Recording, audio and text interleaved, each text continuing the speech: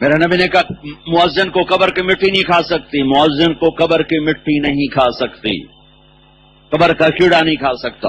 سب سے اونچے مقام پر ہوگا اذان دینے والا۔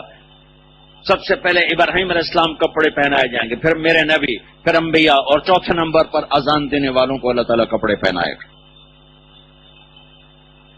قیامت کے دن اللہ اعلان کرے گا این الفقہاء، فقہا کہاں ہیں؟ اس میں ساری امتیں آ جائیں گی۔ این الفقہاء، ہر امت کے علماء۔ این الائمہ، ائمہ مساجد کہاں ہیں؟ یہ صرف یہی امت کھڑی رہے گی، کیونکہ اور امتوں میں با جماعت نماز نہیں تھی، اس امت میں با جماعت نماز بھی ہے، امامت بھی ہے۔ کہاں ہے امام مسجد؟ این المؤذنون، کہاں ہے اذان دینے والے؟ اور امتوں میں اذان نہیں تھی، اس امت میں اذان ہے، اس امت میں اذان ہے۔ تو بلال سے لے کر آخری اذان دینے والے، اللہ تعالیٰ کہے گا تم سارے آ کر ممبروں پر بیٹھو، علماء بھی، امام مسجد بھی، اور اذان دینے والے بھی، تم آرام کرو، میں لوگوں کا حساب لیتا ہوں۔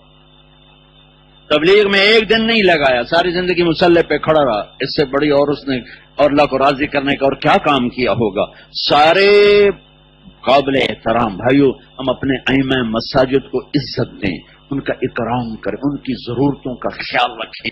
ہمارے پورے پاکستان میں اذان دینے والے اور ائمہ مساجد کی اتنی تھوڑی تنخواہ ہے کہ اللہ کی قسم ان کو نزلہ ہو جائے تو اپنی تنخواہ سے وہ دوا نہیں لے سکتے۔ کوئی بڑی بیماری سے اللہ ہم سب کو بچائے، وہ اپنی بچی کی شادی نہیں کر سکتے، اپنے بیٹے کا علاج نہیں کرا سکتے، خود ڈھنگ کی روٹی نہیں کھا سکتے، ان کے گھر میں گوشت نہیں پک سکتا، ان کے گھر میں گوشت نہیں پک سکتا۔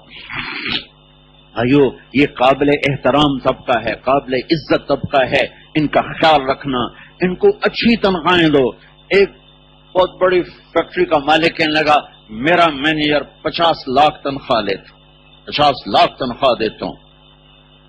تو ہم دنیا کے فن کی قدر کر رہے ہیں، 50 لاکھ تنخواہ دے رہے ہیں، اور جو میرے نبی کے مصلی پر کھڑا ہے اس کو کتنی 5000۔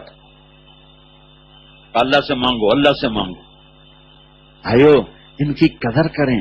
مالدار لوگوں کے سامنے ہاتھ جوڑتا ہوں، ان کو ہدایہ دو، زکات نہ دو، ہدایہ دو۔ ان کے بچوں کا خیال کرو، ان کی بچیوں کی شادیوں کا خیال کرو۔ تمہارے مسلح کو آباد کر کے کھڑے ہوئے ہیں۔ ہمارے بعض علاقوں میں گیا، کتنی تنخواہ؟ 3000۔ وہ کیا نماز پڑھائے گا؟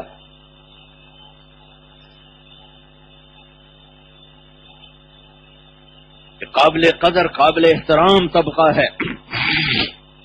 علماء ہوں، ائمہ مساجد ہوں، بر صغیر کے علماء کو